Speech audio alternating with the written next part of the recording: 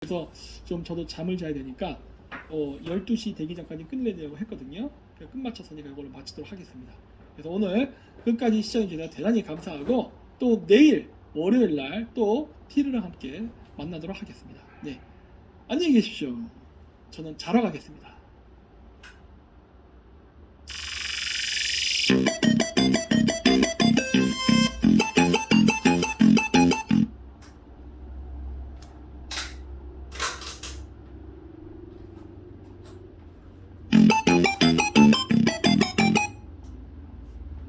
여러 가지 계속 그 살해 협박에 요즘 시달리다 봅니다. 이 사람. 참 이 사람도 참 중간에 껴가지고 아주 고생 많이 합니다. 근데 저는 이런 모든 원인들이 결국 돈하고 관련이 있지 않나 싶어요. 왜 그러냐면 요거 집도 직업도 없는 펜스 어디서 지내나 측근들도 궁금해한다. 무슨 말이냐면은 그 제가 얘기했잖아요. 미국이란 나라가 민주주의의 그 치명적인 단점이 뭐냐면요. 선거예요.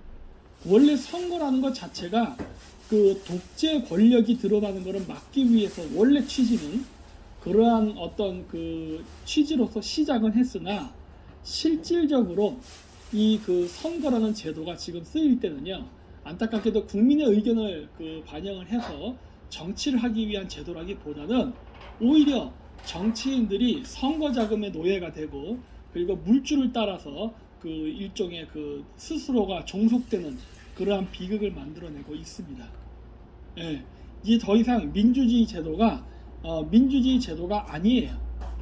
예, 그러니까 이제 그 자유민주주의라는 것도 이제 한계에 왔습니다. 아무리 투표를 해도 소용없어. 투표를 해도 그 우리가 생각하는 그런 이상적인 정치는요 안 나와요 이제. 예. 이제 이게 현실이 되어 버렸습니다. 안타깝게도. 네. 그래서 내가 봤을 때 이 펜스가 왔다 갔다 했던 거 이거 돈하고 관련이 있지 않나 싶어요 이거. 이 사람 이제 집도 없어. 미국에서 여러분 집 비싸요. 집을 사게 되면 평생을 그 뭐지 모기지론을 갖다 원금하고 이자를 갚으면서 사는 겁니다. 예, 그러다 이제 직장 잘리면 이제 집 날라가는 거죠. 근데 지금 펜스 같은 경우는 직장도 없고 이제 부통령 아니잖아요. 직장도 없고 집도 없어요. 그래서 다 이 사람 진짜 어떻게 앞으로 살려고 하나 진짜 깝깝합니다 진짜. 예, 그런 일들이 지금 있더라고요. 그리고 이제 카멜라 해리스 대통령 요거는 뭐냐면 제가 그 최근에 그 뭐야 그 뭐지 이방카 텔레그램이 요즘 돌더라고요. 그래갖고 그걸 가입해서 볼 수가 있더라고. 그러니까 메시지 보내는 건 안 되고 우리가 볼 수만 있어요. 근데 그걸 보니까 일단 요 결론부터 보면 요 메시지가 이렇게 인방가 한 거. 요거 제 핸드폰에서 제가 직접 캐치한 겁니다. 왜냐면은 이제 여러 가지 정보가 떠도니까 일단 저도 검증을 하기 위해서 그 이방가 그 텔레그램 있잖아요. 그 텔레그램을 저도 다운받아 갖고 제 핸드폰으로 직접 찾은 거예요. 있어. 요 사진이 있는데 저게 뭐냐면 저번에도 제가 보여드렸잖아요. 그 심슨에 보면은 트럼프 대통령 이후에 대통령이 되는 사람이 여자로 나옵니다. 네, 여자로 나와요. 트럼프 대통령 이후에. 그랬는데 바이든이 됐잖아요. 그럼 남자잖아. 근데 공교롭게도 거기에 보면은 그 트럼프 대통령 이후에 나온 대통령이 된 여자가 입고 나온 옷이 이번에 카멜라 해리슨이 입고 온 옷하고 디자인까지 똑같아. 목걸이까지. 야, 씨. 이런 걸 과연 우연의 일치일까? 얘네들 진짜 이런 거 보면은 진짜 특이해. 뭔가 특이해요. 그래서 이거를 갖다가 이방가가 올려놨어. 그래서 해리스 죽을 것 같다고. 야, 씨, 진짜 웃겨, 진짜. 근데 여기서 제가 대통령이라고 한 이유가 뭐냐면은 제가 그 금요일 날 보여드린 거 있죠? 요거.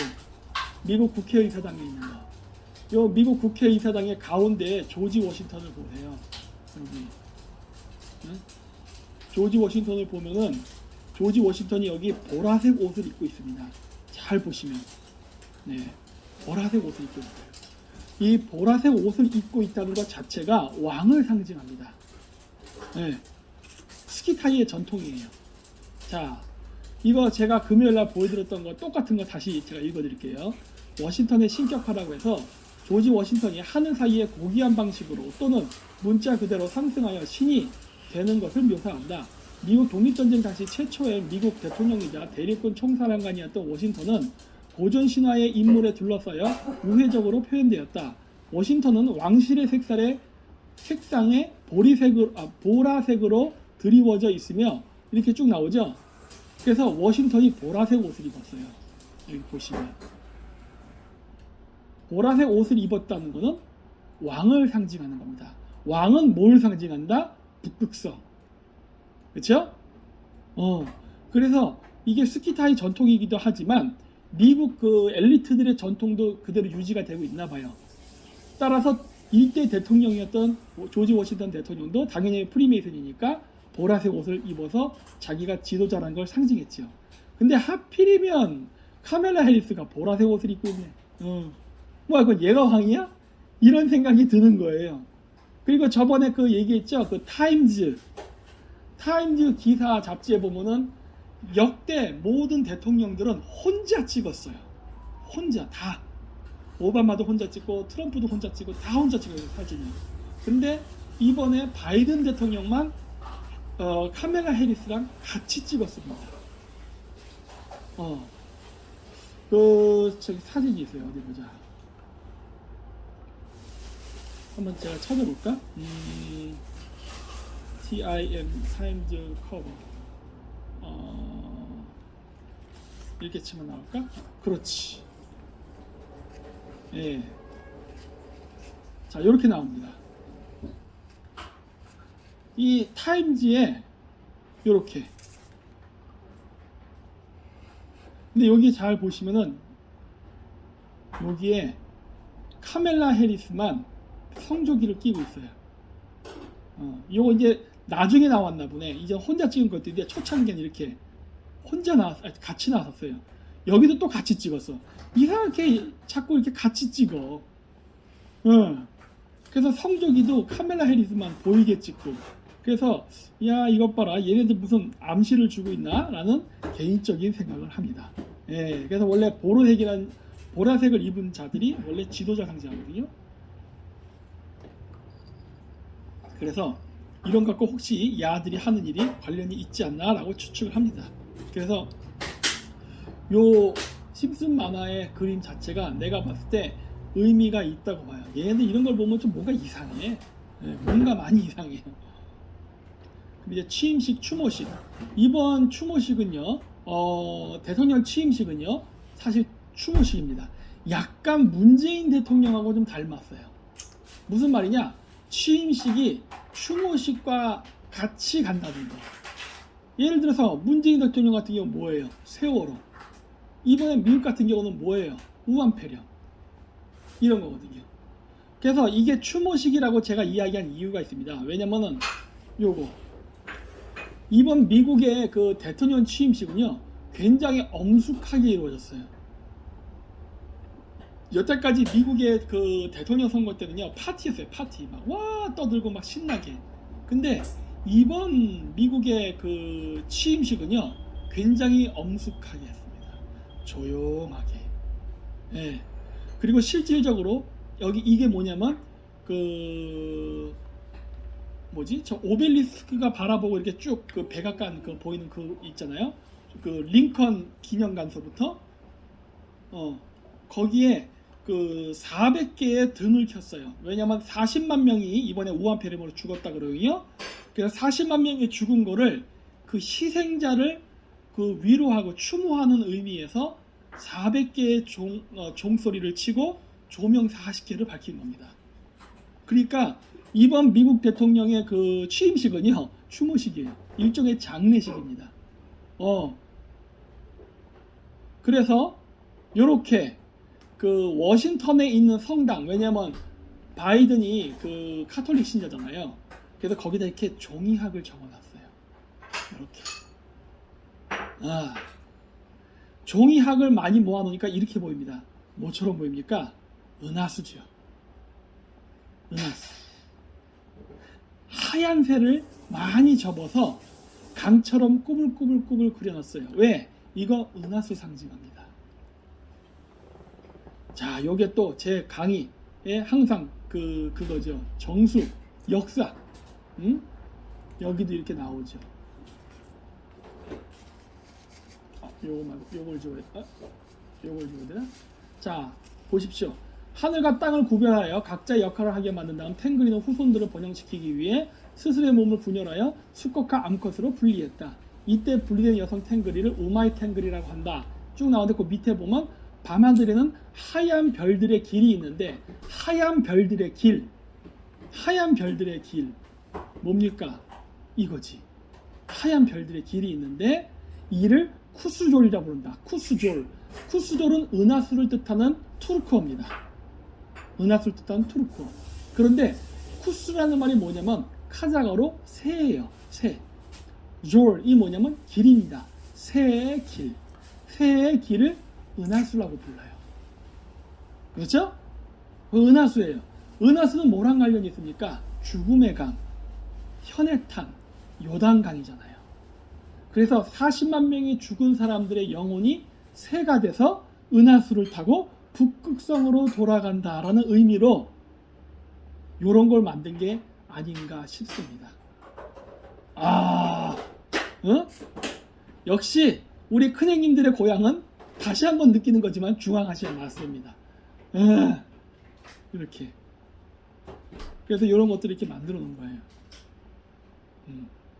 이렇게. 요거는 베가랑 알타일인데 이게 뭐냐면 우리나라에 옛날 때 있었던 견우와 직녀 신화입니다. 견우와 직녀. 베가 직녀성이잖아요. 직녀. 알타이르 견우. 둘은 강으로 갈라져서 서로 못 만나는데 7월 7일 칠석이 되면은 오작교라 그래서 까마귀와 까치가 길을 만들어줬다고 하죠. 백조 자리가 거기에 있죠.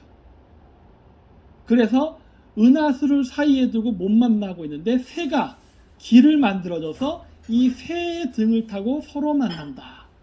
천문현상이죠. 그렇죠? 천문현상입니다. 천문현상. 네. 그래서 모든 것들은 다 천문하고 관련이 있습니다. 그래서 이런 것들을 이제 이번 미국의 대통령 취임식을 보면서 또 찾아낸 거예요. 이거 아이페카2에서는 얘기를 못했던 거예요. 왜냐면 너무 시간이 길어지니까 좀 뺐습니다. 제가. 그랬고 여전히 우리는 방해 공작을 받고 있습니다. 야, 이번에 아이페카 할 때 굉장히 많은 분들이 와주셨어요. 정말 많은 분들이. 진짜 이번에 방해하지 않았으면 내가 봤을 때 적어도 3만 명은 봤어. 3만 명은. 방해 공작 때문에 한 2만 명밖에 못 본 것 같아요. 우리 실시간. 예.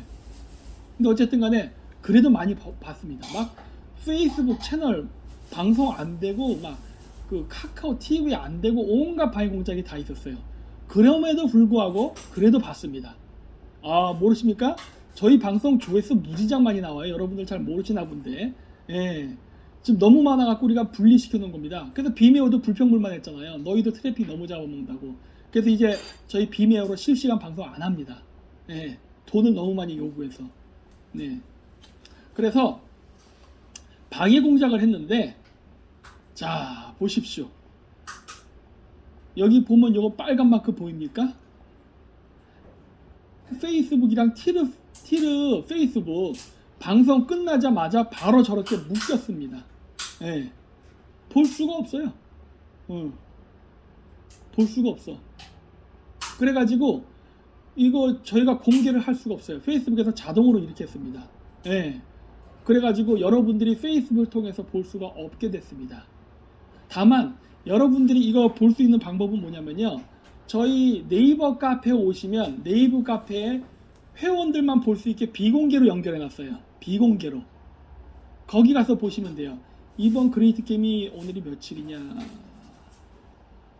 이번 그레이트 게임이 29일이니까 1월 29일 그레이트 게임 있지 않습니까? 그 네이버에 가서 직접 보시면 돼요. 어디 내가 직접 한번 들어가 볼까? 자, 그럼 한번 같이 들어가 보시죠. 자, 네이버에 카페, 네이버 카페 안 해도 되겠다. 그냥 네이버에서 몽르라고만 쳐도 돼요. 몽르 바로 나옵니다. 그쵸? 요거예요. 이거 딱 들어가시면 전 물론 회원 가입돼 있어요. 회원 가입돼 있으시면 여기 보시면은 제가 여기다 그레이트 게임이라고 해놨습니다. 보이시죠? 그레이트 게임. 이걸 딱 누르시면은 여기 김정민 박사 그레이트 게임 아이패드 투 몽골 박사식 해석 해서 딱 누르면 여기 나옵니다. 예. 비메오로 해서 링크 요걸로만 들어갈 수 있게 해놓은 거예요. 이렇게 여기 가시면 보실 수 있어요. 이렇게 네. 이렇게 비공개로 돌려놨습니다. 왜냐면은 이걸 하도 공격을 당하니까. 네. 그래가지고 이런 식으로 해서 직접 가시면 여러분들이 네이버 카페를 통해서 보실 수 있다는 거, 네, 그거를 알려드렸습니다. 네. 그래서 굉장히 많은 분들이 오세요. 사실 이번 역사도요 어마어마하게 신청했습니다. 상상을 초월할 정도로 신청했어요. 깜짝 놀랐습니다. 깜짝 놀랐어. 예, 아주 그냥 티르가 과로사를 할 정도로 많은 분들이 신청을 해주셔가지고 방송하는 그 당일까지 신청을 해주셨고 그거 접수하고 알려드리느라 굉장히 힘들었습니다. 이번에. 다음 달에도 그럼 이만큼 오실지 모르겠지만 어쨌든 또 열심히 또 이제 잘 콘텐츠를 만들어서 지루하지 않고 재밌고 여러분들이 처음 듣는 내용들을 많이 공개해서 그런 우리가 몰랐던 그 고대사에 대한 이야기를 계속 할 겁니다. 오늘 보셨던 분들은 조금 많이 아실 거예요. 우리 알루미늄 형님 얘기도 조금 나오고 유태인 얘기 많이 나왔죠. 저 때부터 연결돼 있었다는 걸 제가 설명한 거예요. 성경 쓰여지기 전이야. 성경은 최근 얘기고 성경 쓰여지기 거의 5천년 전부터 연결돼 있었어요. 그래서 내가 성경이 중요한 게 아니다라고 얘기하는 거예요. 그렇습니다. 네. 그 다음에 자, 또 뭐가 있었냐? 저희 또 채널 이렇게 방해만 하는 게 아니라 제 팬분이 제보를 해주셨는데 이겁니다. 제 팬분이 자동차 게임을 하시나 봐요. 이렇게 유튜브 방송에 게임 방송이 있지 않습니까? 그 게임 방송을 하는데 여기 보니까 이렇게 여기 좀 가려졌는데 일시중지에서 가려져 있는데 본 영상은 4개만 표시되면 7일 내에 완전히 삭제됩니다. 이런 메시지가 왔대요. 그러니까 이거는 뭐냐면은 그냥 여러분 게임하는 거 있죠? 게임. 그냥 게임하는 거예요. 유튜브로 게임 방송을 하는데 여기 보시면 여기다가 샵을 해갖고 이걸 써놓은 거예요. 요거. 공자관, 김정민 박사, 21세기 중년, 몽스테이트, 몽스터치 이런 거. 요 이름만 써놓은 거예요. 이름만 써놓은 게 아니라 해시태그를 해놓은 거야. 저 해시태그만 해놨다고 저기서 채널을 박살내는 겁니다. 유튜브에서. 놀랐죠? 저기서 무슨 뭐 중국에 대한 얘기도 아니고 국제관계 얘기도 아니고 아무것도 아니에요. 그냥 게임만 하는 거야. 게임만. 저렇게 게임만 하는데도 저 영상을 날려버립니다. 보였죠? 이런 게 진정한 탄압. 맨날 우리는 탄압받고 있습니다. 맨날 그러면서 구독자 막 100만 명 넘는 거 다 쇼예요. 내가 얘기했잖아요. 걔네들은 큰형님들이 원하는 재롱을 떨어줘요. 큰형님들이 원하는 재롱 뭐다? 국민들을 개돼지로 만들고 시선을 딴 데로 돌리게 만들어. 그렇기 때문에 그런 사람들은 괜찮은 거예요. 괜찮은 거예요. 채널 공격도 안 당해. 맨날 채널 공격당하고 코스프레하고 피해자 코스프레하는데 전혀. 저희 보세요. 저희는 끊임없이 채널 공격당하고 끊임없이 날아가잖아요. 물론 그럼에도 불구하고 저희 채널들을 유튜브에도 많이 홍보해 주시는 뜻있는 인사분들이 계시기 때문에 제가 이렇게 계속 활동이 가능한 겁니다. 그래서 계속 제가 되죠. 지금도 제가 쭉 보니까 저 방송 끝나고 나면은 하루 동안 조회수가 5만 건 나와요. 제가 계산해 봤어요. 하루 동안 5만 건 나옵니다. 보통 방송 끝나자마자 제 쪽 채널에만 비메오 연결해서 이게 된 거 쭉 보면은 한 18,000에서 2만 명 정도가 나와요. 그리고 다른 쪽 채널들 이렇게 있거든요. 이게 쭉쭉 합치면은 5만 건까지 나와요. 24시간 내에. 제가 얘기한 24시간. 방송 딱 끝날 때까지만 하면 18,000 나옵니다. 18,000에서 2만 정도. 근데 그 하루, 이게 방송 끝나 하룻밤 자고 그 다음날까지 가면은 거의 5만 나와요. 엄청 많이 보는 거야. 엄청 많이 봐. 예. 이것도 가만히 냅두면 더 클 텐데 저쪽에서 끊임없이 공격을 해야 되죠. 그래가지고 항상 근데 그래도 이 숫자는 항상 유지하고 있어요. 어떻게든 찾아오는 팬분들이 계십니다. 지독하죠? 네. 이런 게 진짜 탄압이에요. 이런 거 아니면은 탄압이란 얘기하면 안 돼. 우리 같은 탄압이 어디 있습니까? 예? 예. 그래서 쟤네들이 저렇게 공격하고 있다는 거를 이번에 알게 됐습니다. 자, 그랬고 그러면 이제 슬슬 질문을 하나씩 보면서 방송을 해보도록 하겠습니다.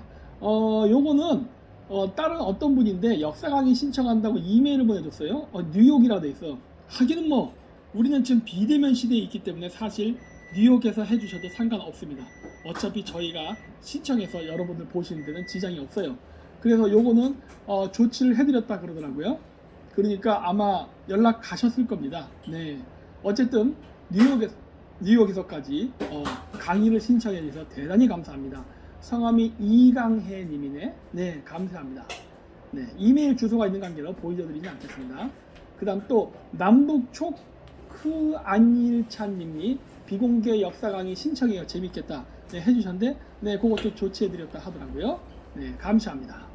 그 다음에 탱그리 순정 마초 섹시남 정민이 오빠님, 아이고 감사합니다. 지난해 말씀드린 러시아 여친 돈 20대 국기파입니다. 이거 아니 자랑하려고 또 하셨나봐 이렇게. 박사님의 육회, 통쾌 육회 상쾌 고견 감사드립니다. 크크. 제가 지난주 질문에 명확하게 설명 안 해서 다시 말씀드리자면 전 현재 직장인이고 그래요? 여친이 한국대학원 준비 중입니다. 월 수입은 본업 플러스 온라인 강의로 월 520입니다. 야씨 뭐 괜찮네. 네. 질문 다음 페이지 연결되나 봐요. 그래서 여친이 서울에서 대학원 시작하고 직장 얻고 동거하자고 같이 준비 중입니다. 잠깐 이게 문장이 그러니까 주어가 여친인 거예요? 여친이 동거하자고 했는 거야? 능력자네. 여기서 질문입니다. 박사님께서 보시기엔 앞으로 게임 산업의 전망은 어떻게 보시나요? 좋지요. 요즘 게임 방송해갖고 돈 버는 사람 많잖아요. 물론 그것도 잘하는 사람만 버는 거지 아무나 하는 건 아니죠. 여친은 그래픽 디자인 전공이고 저와 함께 비디오 게임 즐깁니다. 그래요? 미리부터 직업 연수하시나 보네. 또 질문 다음 페이지. 추가로 추후에 여친과 VR 여행 가이드 유튜버를 할 계획입니다. 컨셉은 여행을 좋아하는데 못 가는 사람들을 위하여 친히 과거에 갔다 온 러시아, 동유럽, 중앙아시아 여행 사진들을 보여주면서 저와 함께 한국어, 영어, 러시아어로 여행지를 나레이션으로 소개하는 컨셉입니다. 괜찮네요. 박사님은 어떻게 했는데 잠깐 저야 뭐 괜찮은 생각이라고 생각하죠. 네. 왜 그러냐면은 앞으로 여행 가기 또 연결돼 있어. 질문 또 있어. 진짜 잠깐만요. 어떻게 이에 대해 생각하시나요? 박사님의 이번 주 일요일 비공개 역사 강의도 신청했습니다. 박사님의 조언 덕분에 어떻게 여친을 기화시킬지 좋은 생각이 많이 생겼습니다.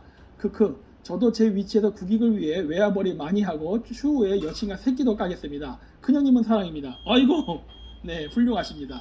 네, 자식은 많이 낳아야죠. 네, 그래서 저도 그렇게 생각해요. 네, 그 여행은 앞으로 굉장히 활성화되고 게임도 활성화될 겁니다. 다만 여행은 이제 직접적으로 가지는 못하고 다 저렇게 VR로 가는 게 상당히 많아지겠죠. VR로 여행 가는 거 얼마 안 들 거 아니에요. 예를 들어 VR 접속하는 거 뭐 10,000원 뭐 이런 식으로 뭐 이게 설명해 줄 거 아니야. 그러니까 설명해 주니까 그것도 일종의 참가비 해갖고 받으면 되잖아요. 뭐 입담이 좋으면 참가비는 더 올라가겠죠. 예, 그게 이제 능력이죠. 그래가지고 하고 그거 하려면 결국 메타버스 해야겠네 이런 것도. 예, 뭐 여러 가지 어떻게 될지 모르겠지만 앞으로 메타버스에 디지털 트윈으로 지구를 만들 겁니다. 그러면 여러분들 에펠타워에 가서도 직접 관광 가이드 할 수 있고 그래요. 지금은 아니야. 하지만 지금 연락에 만들고 있어 쟤네들이. 그래서 그거 구현되면은 그런 식으로 해서 관광을 다니면 됩니다. 예. 그거 뭐야, 그 구글 지도 있잖아요. 네이버 지도에도 보면은 우리 길가 같은 거 주소 입력하면은 양쪽에 막 상가들 쫙 늘어서 그런 거 보이잖아. 사진 같은 거.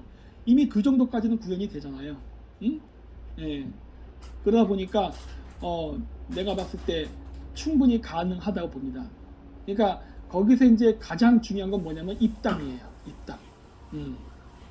입담이고, 그 다음에 이제 그 외국인과 커플이라는 독특성이 있기 때문에 그 독특성을 살려야죠.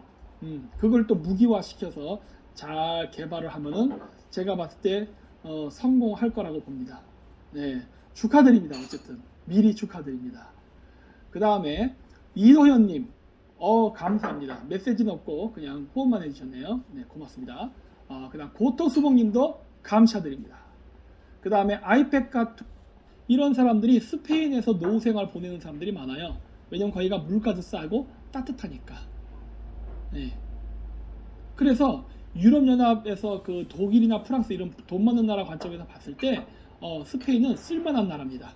그러니까 계속 같이 갈 거예요. 네. 자, 그 다음에 뉴월드님, 박 대통령이 탄핵 이후에 우리나라의 정치 유튜브 방송도 활발해지고 예전 같지 않게 좌우로 더 갈라진 것 같은데 혹시 박 대통령님이 형님들의 이런 계획에 따른 건 아닐까요? 그것까지는 아닌 것 같아요. 저는 예세가 만든 서강대 출신이고 천주교에서 뭔가 있지 않을까 싶어서요.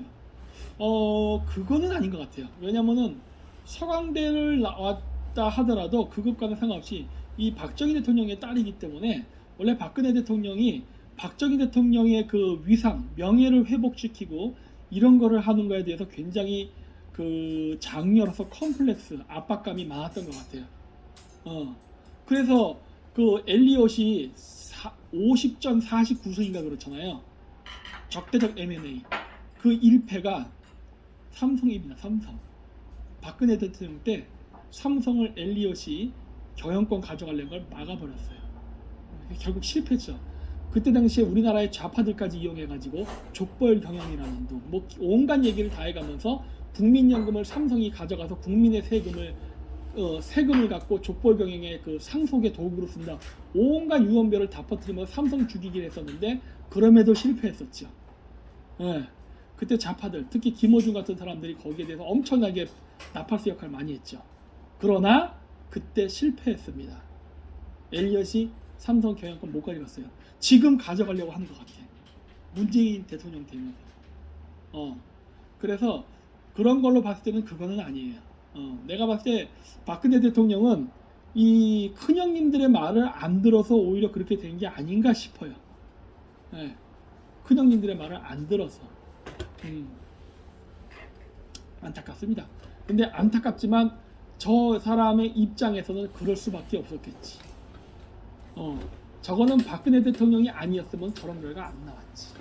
다른 사람이었으면 그렇게 안 했겠죠. 문재인 대통령 보세요. 하잖아. 왜? 그거는 박정희 대통령이랑 그 후광 때문에 저렇게 한 거라. 우리나라의 그런 기업들 이런 것들을 외국 자본에 빼앗겨서는 안 된다. 이런 생각. 그래서 뭐 그렇죠. 예, 김성현님 문재인 친미 맞네요. 그래요, 맞잖아요. 제가 친미라고 했잖아요. 다른 게 친미예요? 다른 게 친미냐고. 성적이 흔드는 건 친미 아니에요. 미국 기자 앞에서 땡큐 아메리카 하는 건 친미 아니라고. 미국 사람들한테 돈을 주는 게 친미예요. 우리의 땅을 주고 우리의 회사를 갖다 바치고 우리의 권리를 갖다 바치는 게 친미지. 쟤들 저랬잖아. 문재인 정권 때 얼마나 많이 넘겼어요.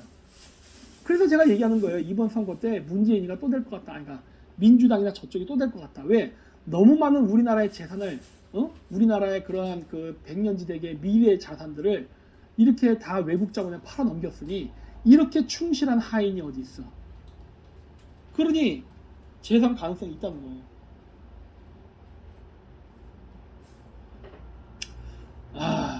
그렇습니다. 자, 그 다음 질문. 재집 팩트님? 큰형님들이 큰형님들이 예전 신라 시대의 모습으로 돌아가려고 하는 것 같습니다. 저도 그렇게 생각합니다. 신라는 그 당시 어느 정도 되는 나라였나요? 신라라는 나라는 경상도하고 만주까지는 있었던 나라인 것 같아요. 만주 원력에 보면 그렇게 나옵니다. 하지만 그 신라를 건국했던 세력들은 저기 중앙아시아서부터 몽골, 만주까지 이르는 거대한 지역을 지배했었어요.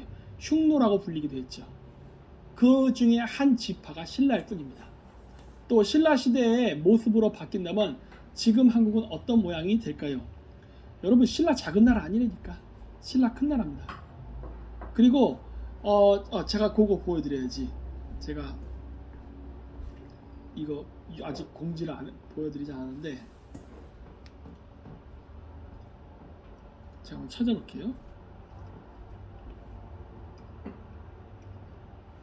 충성대비 기도자님 전시목록 준비됐습니다. 그래, 왜 네, 기도해요. 요겁니다. 잠깐만, 이렇게 하면 되지. 자, 요거예요. 제가 오늘 비공개 강연 때도 얘기했던 겁니다. 전주 MBC 특집인데 중국에도 전주가 있다라는 다큐입니다. 중국에도 전주가 있다. 네. 요거 한번 봐보세요. 요거 제가 그 우리 카페 쪽 거기에다가도 제가 링크를 걸어 놓겠습니다. 이게 뭐냐면은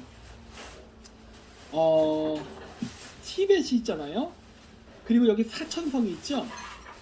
그 중간에 뭐가 있냐면 광시성 자치주라는 게 있습니다. 광시성 자치주, 광시성 장족 자치주라 그래요. 근데 이 장족 자치주에 가면은 백제허, 백제향이라는 게 있습니다. 광시성 자치주에. 네. 근데 거기를 가면 백제의 그 지명, 전주, 금산, 완산 이런 지명들 있죠? 거기에 있어요.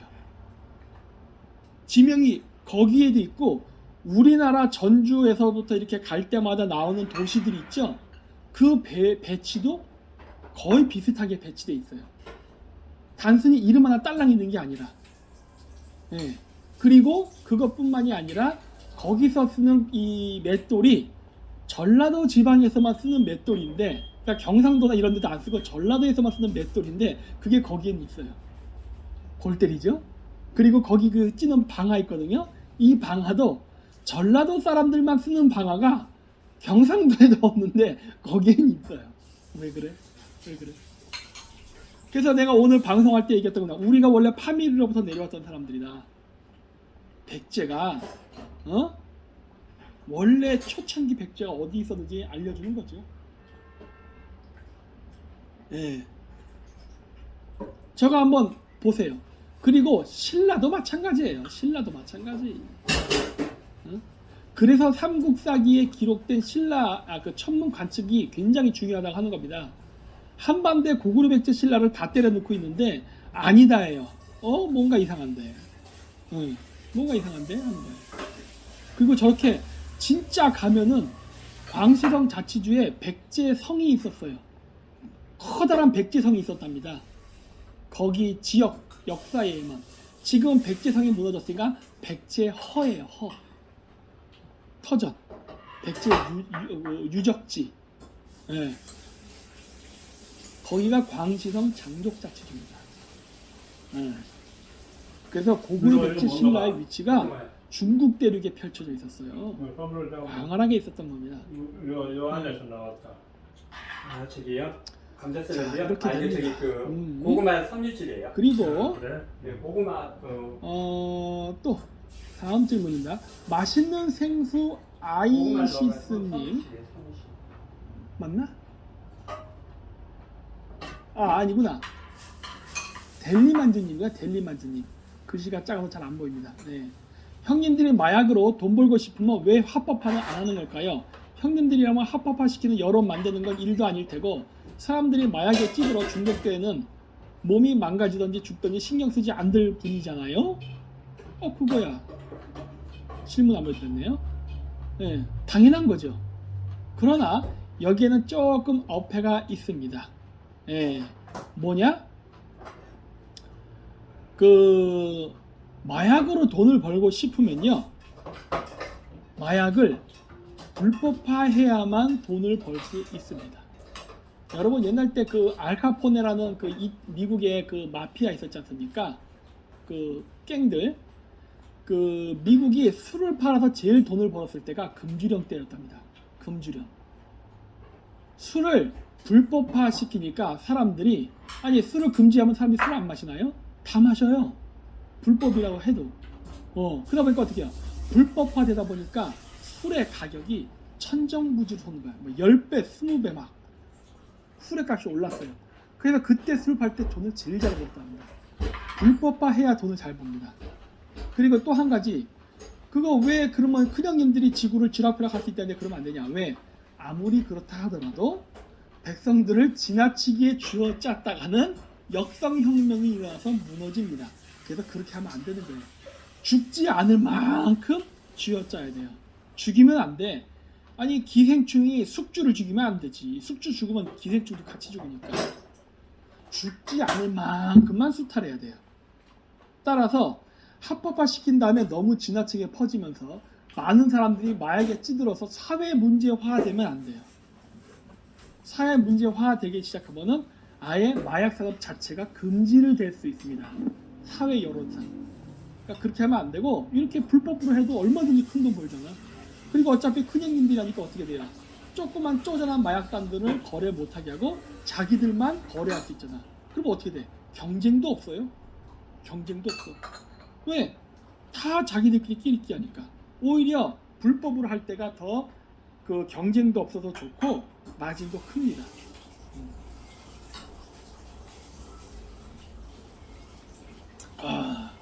그렇습니다. 그 다음에 맛있는 생수 아이시스님, 네. 먼 미래에 닥칠 일이지만 언젠가 빙하기가 와서 지구가 얼어버릴 텐데 형님들은 이런 대책 세우고 있을까요? 아니면 그때가 되면 죽을 수밖에 없다고 생각하고 체념할까요? 아니면 해빙기와 빙하기는 없는 걸까요? 아니요. 해빙기와 빙하기는 늘 있습니다. 네. 해빙기와 빙하기는 늘 존재했고 반복했어요. 그랬고 이 빙하기가 오는 거에 대해서는 이미 대비책을 세우고 있습니다. 그런 얘기 있잖아요. 미국의 부자 사람들이 뉴질랜드하고 호주 쪽에다가 집을 많이 산답니다. 그래서 지하 도시를 건설한대요. 지하 도시. 예. 그래서 그 속에서 몇 년간 자급자족이 가능하게끔 만드는 시스템을, 안에서 농사도 짓고 뭐 이렇게 물도 정수하고 이런 시스템을 다 갖춘 거를 만들어놨답니다. 예. 했어요. 해놨고 저기 스웨덴인가 노르웨이인가 저 그린란드인가 어디 그쪽에다가 전 세계의 모든 벽실을 다 모아놨다 그러잖아요. 그런 거 대비하고 있어요. 다 합니다. 그리고 뭐 이번에 만약에 달하고 화성 계획까지 만약에 2025년 해서 시작해서 만약에 성공이 된다면, 아니 달하고 화성 이주도 가능한 거 아닙니까? 다 대비책이 있죠. 왜 없습니까? 네. 그 다음에 린킨팍 아니 또 같은 거예요. 맛있는 생수 아이시스님 질문 하나 더 해주셨네요. 네. 자유의 여신상이 폭파된다면 자유의 여신이 있는 미국 국회의사당도 폭파될까요? 아니면 다른 핑계로 철거할까요? 4차 산업이 사회주의 시스템으로 가면서 통제사회로 간다 그러면은 자유의 여신상은 필요 없겠네. 뭐 그래도 통제는 어떻게든 포장은 하겠죠. 예를 들어서 북한 같은 경우 어떻습니까? 북한 여러분 다 알다시피 독재 국가잖아요. 그렇지만 독재 국가지만은 우리가 북한을 정식 명칭으로 뭐라 부릅니까? 조선민주주의 인민공화국이에요. 누가 봐도 북한은 독재 국가인데 국가 명칭에는 민주주의란 말이 들어갑니다. 뭐 중앙아시아 마찬가지. 중앙아시아에 중앙아시아 국가 중에 민주주의 국가가 있어. 뭐 굳이 있다고 따진다면 몽골하고 키르기즈 정도? 근데 몽골이나 키르기스탄은 정치가 혼란해서 맨날 개판 5분 전이거든요. 그 외에 나머지 국가 다 독재예요. 그렇지만 국가 명칭에는 리퍼블릭이 들어갑니다. 공화국이라고. 공화국도 아니면서 독재 국가인데. 그래서 자유의 여신상은 안 무너질 수도 있어요. 자유의 여신상 생겨놓고 자유 얘기하면서 독재할 수 있지.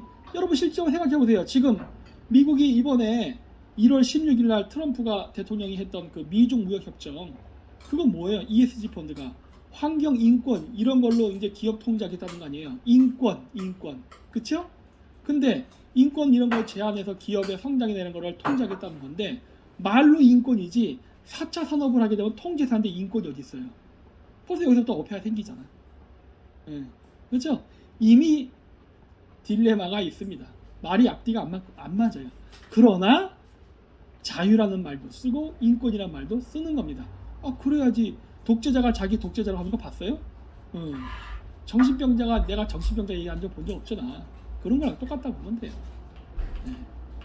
그 다음에 링킨 파크님, 인도는 어떤 나라인가요? 중국을 대체할 수 있을까요? 서방과 우호적인 관계를 갖고 있으면서 한국 기업도 많이 진출해 최근엔 힌디어에도 흥미를 느끼네요. 인도요. 인도는 중국을 대체할 수 있는 나라죠. 충분히 대체할 수 있는 나라입니다. 네. 저도 그렇게 생각해요. 중국의 인구를 한 1, 2년 새에 인도가 역전할 겁니다. 아니면 실제로 지금 역전했을 수도 있어요. 인도는 애를 빵빵 나요. 중국은 한정형 정책을 했지만은 인도는 지금도 많이 낮습니다. 그리고 인도는 아직도 경제가 그렇게 뭐 좋은 데도 있긴 있지만 안 좋은 데가 여전히 많아요. 물론 중국도 그렇긴 하지만, 근데 힌두교라든가 여러 가지 종교적인 그 관습 때문에 좀 애 낳는 산하 제한은 별로 신경 안 쓰는 것 같아요. 그리고 사람들이 낙천적이야. 사람들이 낙천적이기 때문에 막 그냥 빵빵 깝니다. 그래서 인도가 중국의 인구를 역전시키니까 시장, 소비시장 개념에서 봤을 때나 노동시장으로도 가치는 있죠. 그 노동력이 과연 한국 사람만큼 근면하게 일하냐는 둘째 문제고. 근데 어차피 자동화되면 그것도 필요 없어요. 예. 하여튼 그렇고, 그 다음에 한국 기업들도 많이 진출하죠. 똑같은 13억의 인구를 가지고 있지만 많은 사람들이 중국에 대해서는 그 두려움을 느껴도 인도에 대해서는 별로 두려움을 안 느낍니다. 예. 왜냐면 인도는 공산주의 국가가 아니기도 하고 그렇게 중국 애들처럼 이악스럽지도 않아요. 예. 그러다 보니까 좀 덜 위화감을 느끼죠. 그렇습니다. 그 다음에 이제 아스타제이님, 박사님, 별자리에 따른 신개념이면 황도 12궁의 명칭은 최소 그 이전에 정립됐다는 건데 쌍둥이 개자리 흔적이 남아 있는지요? 아님 별자리 명칭은 쌍둥이 시대 후에 생겼을까요? 황소 이전에 종교관이 어땠는지 궁금합니다. 글쎄요, 저도 그 황소자리 이전에 종교관이 어떠했는지는 몰라요. 알 수가 없습니다. 왜? 홍수라든가 이런 자연재해로 다 날아갔어요. 그래서 우리가 그게 어떻게 됐었는지 그 원형을 찾기는 매우 어렵습니다. 네. 그런데 그거 말고 물고기 자리 이전이었던 양자리라던가 그 다음에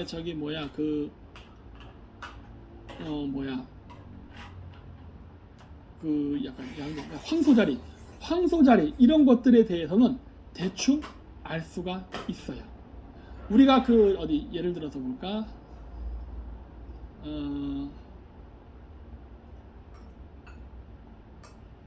자, 여기서 한번 찾아보죠. 황도 12궁.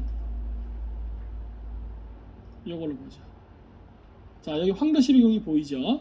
자, 우리가 지금 물고기 자리 시대였죠. 이제 물병 자리로 넘어갔지만, 물고기 자리라는 건 뭡니까? 물고기 자리 시대의 메시아가 물고기 자리의 반대편 별자리의 기운을 받아서 태어난다 했잖아요.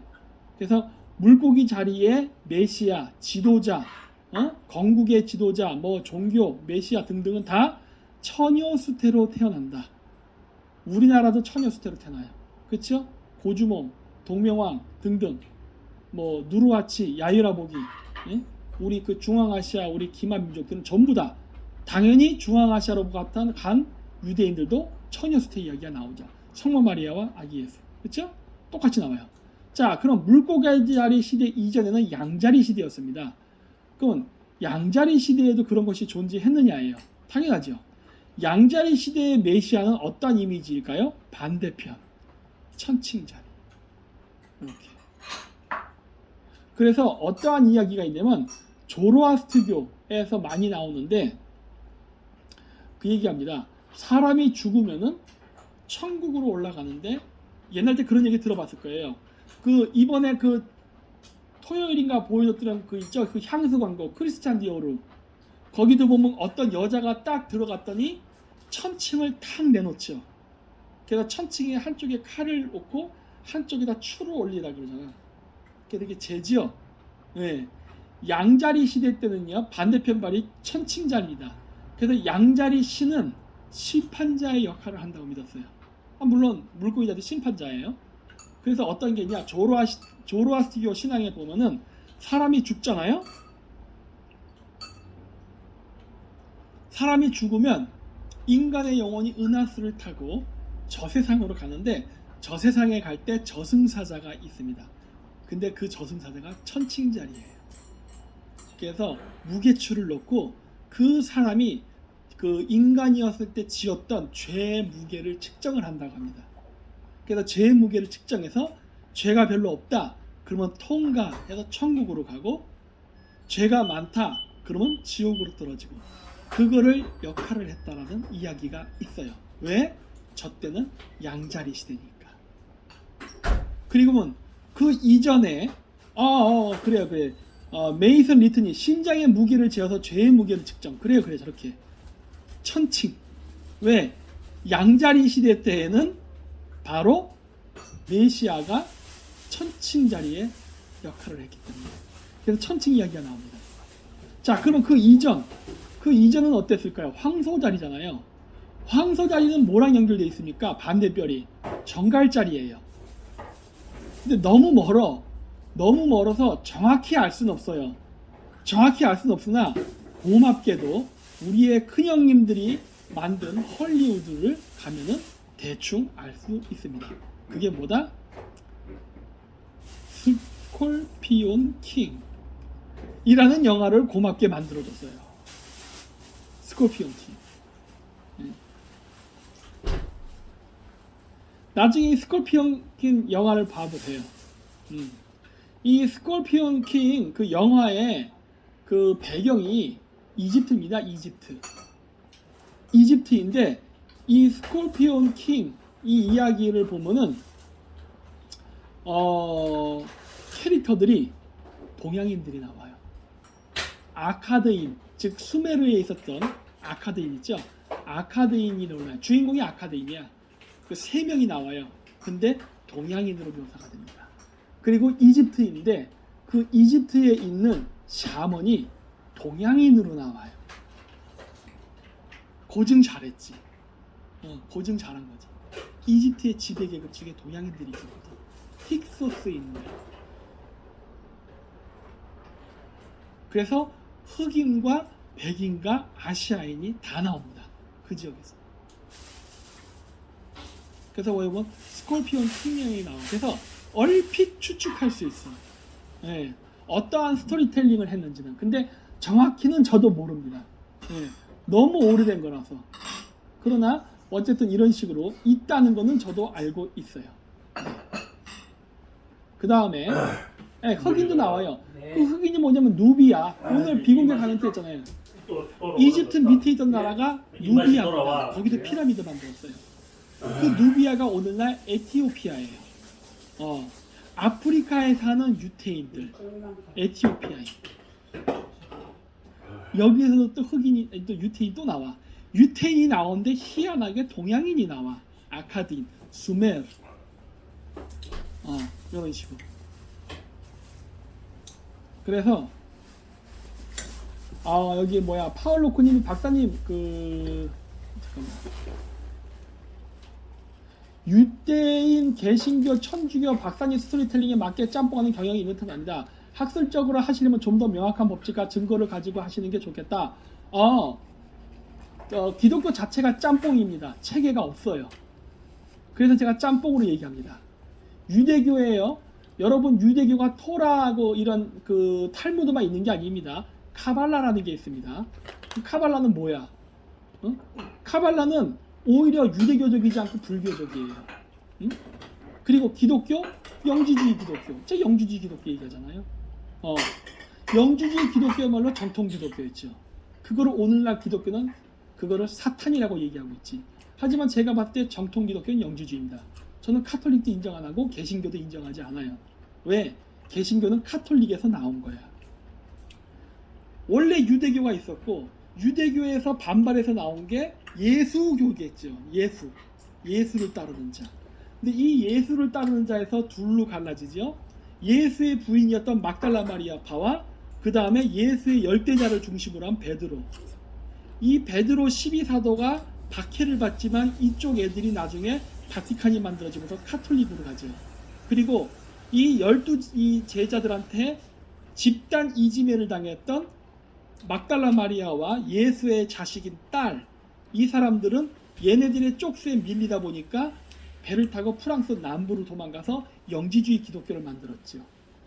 그 영지주의 기독교가 카발라랑 상당히 닮아있죠. 유태인들의. 그랬는데 이거를 갖다 카톨릭이 마녀사냥이라 그래가지고 중세시대 동안에 끊임없이 학살을 했죠. 그래서 제가 바라보는 관점은 뭐다? 예수의 후손주기. 왜? 자기네들이 예수를 신격화시킨 다음에 그거를 통해서 종교 사업을 해서 돈을 벌었기 때문에 예수의 자손은 있어서는 안 되는 거예요. 그렇기 때문에 예수의 자손이 있다라고 생각되면 그 지역을 철저히 짓밟아서 다 죽여버렸죠. 아닙니까? 그래서 저는 카톨릭이나 개신교는 별로 인정 안 해요. 개신교는 바로 그 카톨릭에서 나온 애입니다. 그렇기 때문에 그쪽은 저는 별로 그렇게 관심이 없어요. 제가 관심 있어하는 기독교는 영지주의 기독교입니다. 그리고 영지주의 기독교는 프리메이슨이 가장 많이 차용하는 철학이기도 해요. 그래서 제가 말하는 기독교는 전혀 개신교랑 상관이 없어요. 예. 됐죠? 정리가 다 됐죠? 예. 저는 개신교 관심 없어요. 자, 그 다음에 이게 누구냐?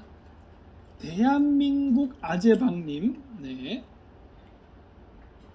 농촌의 합법비자 외국인 노동자들 중 최근 외국인 여성 한 명이 비닐하우스에서 얼어 죽었다고 인권단체가 들고 일어나고 부검결과 사인은 간질한 고용노동부가 화답하는 듯 허가받은 건축물 외에 숙소 제공 업체들 고용 불가서 불허 처분 및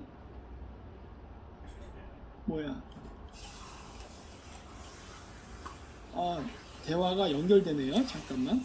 그럼 대화를 제가 다 붙인 다음에 읽겠습니다.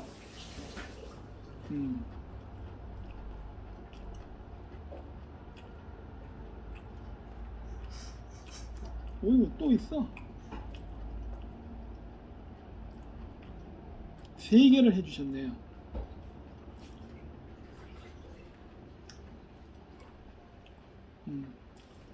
됐다.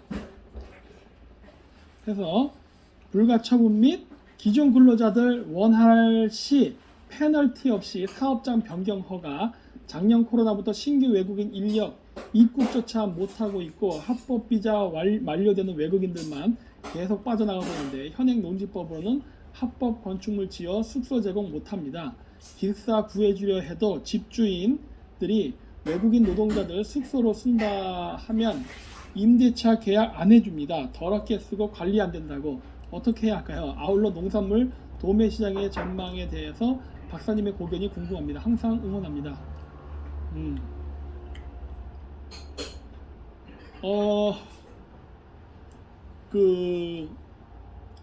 그거는 이해되죠. 외국인들한테 방을 주면 더럽게 쓴다. 그거는 저도 동의합니다.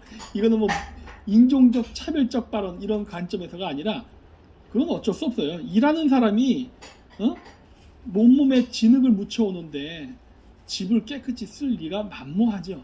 예. 그래서 저는 그거 이해해요. 예. 왜냐? 제가 신분 배달했었잖아. 예.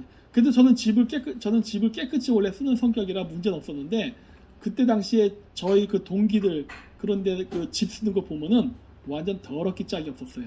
네. 그래서 저는 충분히 이해합니다. 그래서 그 집주인들이 싫어하는 거 전 이해 가요. 그러면은 정부에서 그거를 만들어 줘야 되는데 하느냐? 안 합니다. 돈이 없어서. 그 관리하기 귀찮아서. 그러니까 이게 뭐냐면은 뭐 외국인 노동자 인권 어쩌고저쩌고 하는데 설국 핑퐁치기 해버리는 거예요. 아니 씨 그러면은 그걸 농민들한테 맡기면은 그게 돼요? 어차피 외국인 노동자 쓰는 것 자체가 인건비 문제 때문에 하는 건데 그걸 갖다 영세한 사람들한테 그걸 해결하라 그러면 해결 못 해주지요. 예. 그런 딜레마가 있어요. 사실 그래서 우리나라도 이제 외국인을 받지 말고 하는 농사 짓는 방법 쪽으로 방법 바꿔야 돼요 이제. 예. 그게 바로 뭐겠습니까?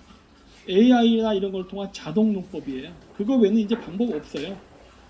그리고 이제 농사도 그래서 이제는 과학적으로 해야 되는데 이 시골도 제가 봤을 때 문제가 있다고 봅니다. 무슨 문제가 있냐면 시골이 그 사람들이 제대로 돈을 안 써요. 그 원래 취지로 쓰라고 돈을 주지 않습니까? 그러면 그렇게 해서 돈을 쓰는 게 아니라 엉뚱하게도 그 돈을 갖다 옛날 때 그 대학교 그 자식들 그 입학 자금이라던가 이런 식으로 다 써버렸어요. 그래가지고 그런 것 때문에 낭패를 많이 받습니다. 그리고 농업 자금 있잖아요. 그런 거 받으면 안 갚아요 사람들이. 갚으라고 왜 우리 불쌍한 농민들 괴롭히냐 그러고.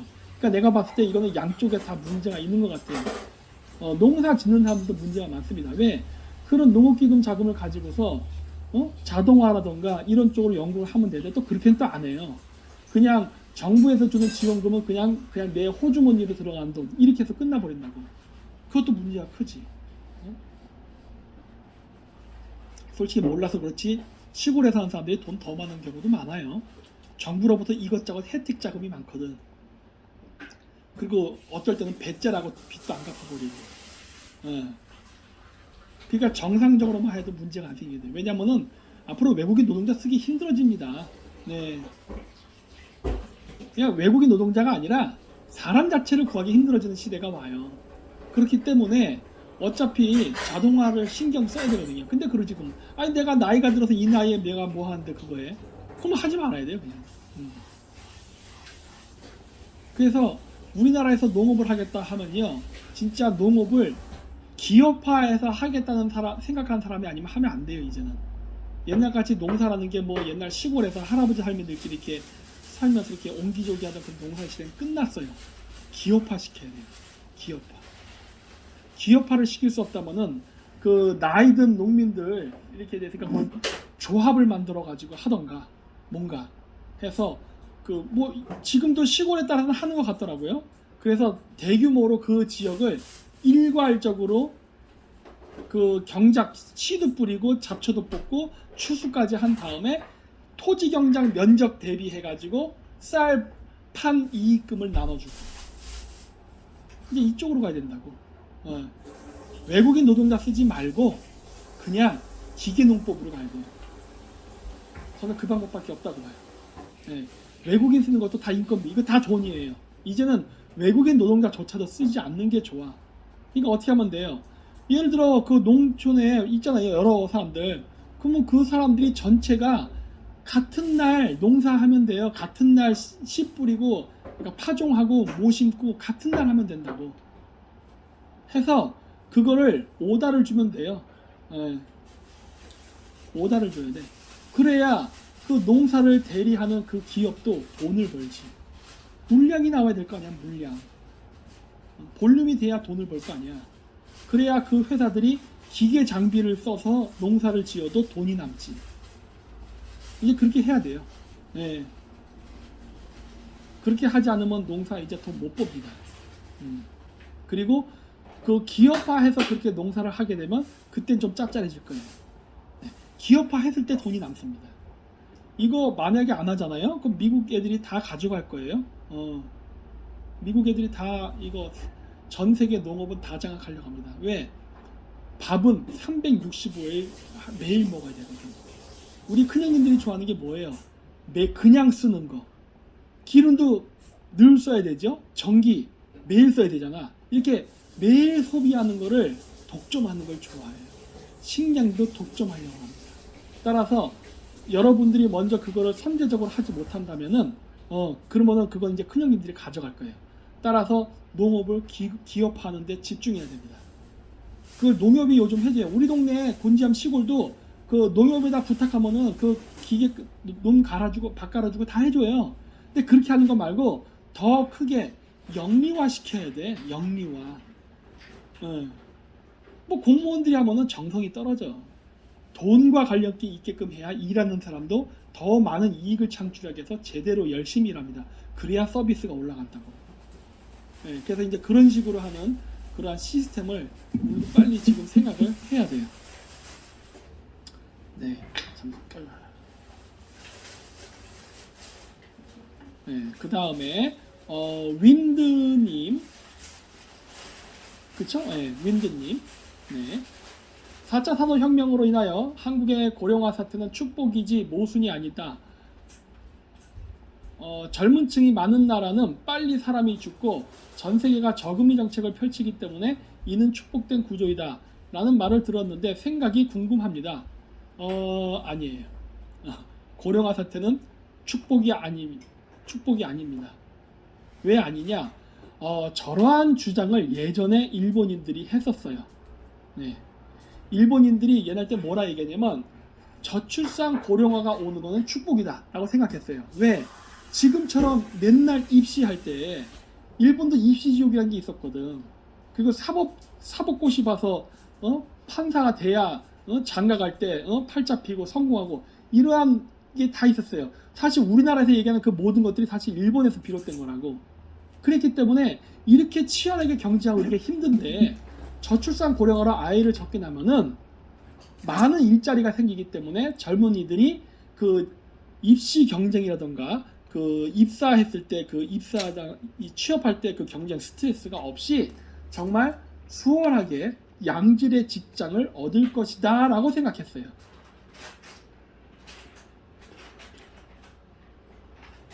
근데 그거 안 됩니다. 네. 그렇게 되지 않습니다. 왜 안 되느냐? 고령화가 되면은 일자리가 생기지 않았어요. 일본은 생길 거라고 전망을 했지만 생기지 않았습니다. 왜 생기지 않았느냐? 고령화된 인구가 정년퇴직하고 나갈 때쯤 되니까 어떻게 된 거예요? 지금 단가의 중이에요. 국민연금이 많이 필요하게 된 거예요. 일본도 국민연금을 경제가 잘 나가던 시기에 받아서 그 풍부한 국민연금을 가지고 이것저것 한다고 사업질하다가 다 날려먹었어요. 지금 우리나라처럼. 지금 우리나라가 국민연금 날려먹고 있잖아. 일본이 날려먹어서 다 큰형님들한테 갖다 바쳤어요. 이렇게 형님 드시지요 하고 다 갖다 바쳤어요. 국민연금이 모자라게 된 거야. 그래서 국민연금을 자금을 채워야 되는데 애들이 적어. 저출산 때문에 없는 거예요. 애들이 없으니까 어떻게 돼? 세수가 안 거쳐. 세금이 안 거치니까 어떻게 되는 거예요? 나이 든 사람들이 졸업을 이제 정년퇴직을 해서 나가야 되는데 일본 정부에서 수득 나가지 마. 잠시 대기. 지금 정년퇴직하지 말고 5년 더 일해. 그래서 65세까지 정년을 연장시켜버립니다. 5년 더 일해. 이렇게. 요즘 또 70까지 올린다는 얘기도 막 나오고 그래요. 왜? 돈이 없거든. 국민연금이 고갈됐어요. 네.